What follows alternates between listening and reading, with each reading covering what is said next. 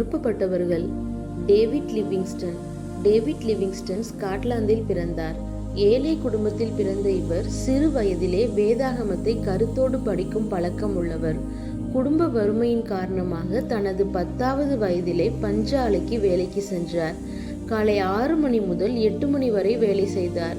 பின்னர் ஆப்பிரிக்காவின் தேவைகளை அறிந்து கொண்ட பின்பு ஆப்பிரிக்காவிற்கு செல்ல முடிவு செய்தார்.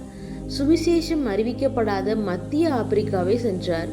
அவர் வாழ்ந்த இடத்தில் சிங்கங்கள் அதிகம் இருந்தன. அதிக தொல்லைகள் கொடுத்து கொண்டு இருந்தன. சிங்கங்களை துரத்துவதற்கு லிவிங்ஸ்டன் மற்றும் சில ஆப்பிரிக்க மனிதர்கள் சென்ற வேளையில் ஒரு சிங்கம் லிவிங்ஸ்டன் தோள்பட்டையில் பலமாக தாக்கியதில் அவர் கை ஒன்று ஊனமடைந்தது. சிங்கம் தாக்கிய தழும்பு அவர் மரிக்கும் வரை இருந்தது. அவருக்கு முன்பு ஒரு பெரிய வனாந்திரம் சவாலாக இருந்தது. அதற்கு முன் ஒருவரும் அந்த வனாந்திரத்தை கடக்கவில்லை. 300 மைல் பயணம் செய்து அந்த வனாந்திரத்தை கடக்க முடிவு செய்தார். அவருடைய பயணத்தில் தண்ணீர் இல்லாமல் பல முறை கஷ்டப்பட்டார். ஆப்பிரிக்க மக்களுக்கு சுவிசேஷத்தை அறிவித்தார். இந்த பயணத்தில் ஆப்பிரிக்கர்களை அடிமையாக விற்று தொழில் நடத்துவதை பார்த்து கலக்கம் அடைந்தார். அடிமை வியாபாரிகள் ஆப்பிரிக்க மக்கள் கிராமத்தை திடீரென்று தாக்கி ஆண்கள், பெண்கள், குழந்தைகள் என்று எல்லாரையும் பிடித்து கனத்த மரத்துண்டுகளை அவர்களின் தோள் மேல் இணைத்து கட்டி காடுகளில் நடத்தி சென்று கடற்கரை நகரங்களில் அவர்களை விற்று விடுவார்கள். அவர்கள் தப்பி போகாதபடி அனைவரையும் சங்கிலிகளால் இணைத்து கட்டி இருப்பார்கள். பயணத்தின் போது நோய்வாய்ப்படுபவர்களையும் காயப்படுபவர்களையும் செத்து போகும்படி வழியிலே விட்டு செல்வார்கள். எங்கும் சிதறி கிடக்கும் எலும்புக்கூடுகளின் கோர காட்சிகள் லிவிங்ஸ்டன் உள்ளத்தை அதிர வைத்தது. லிவிங்ஸ்டனையும் அடிமை வியாபாரிகள் பிடித்து துன்புறுத்தி கொலை செய்ய முயற்சித்த வேளையில் எல்லாம் கர்த்தரின் கரம் லிவிங்ஸ்டனை காப்பாற்றியது. லிவிங்ஸ்டன் மூலம் ஆண்டவரை ஏற்றுக்கொண்ட ஒரு இளைஞன், உங்கள் தேசம் இந்த நல்ல செய்தியை ஏன் எங்களுக்கு முன்னமே அறிவிக்கவில்லை? இதை கேள்விப்படாமலே எங்கள் முன்னோர்கள் மரித்து போனார்கள் என்றான். இது லிவிங்ஸ்டன் உள்ளத்தில் ஆழமாக பதிந்தது. யாரும் போகாத ஆப்பிரிக்க மக்களை தேடி தீவிரமாக சென்றார்.